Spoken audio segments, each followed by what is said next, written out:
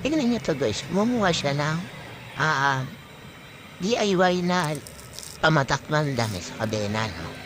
At ayan niya tingnan mo guys, kumuha lang siya ng plastic bottle, puwede yan kahit yung sa Coke mismo o kahit na anong klaseng plastic bottle.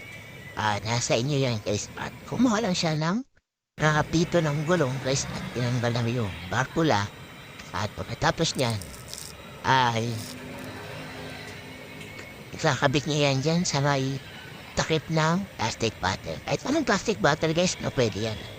At matapos niyan ay inalalagay na lang dyan yung pinakapito ng gulong. At ayan na guys, meron na kayong DIY na pamatak ng kadena at yan nga, nilagyan niya na ng langis yan para matesting lang guys. O diba? Ayos yan guys, no? Pwede sa atin yan. Ang ganda, may takip pa. Dito na siya natagas, no? At ayan na nga, tinesting niya na nga sa Athena. Kahit sa mga tricycle driver pwede to, no guys, no? Alam mo natin na kailangan natin ng ganyan, no? Ayos to guys, no? Biyahin natin to. Magandang idea to. Yan lang.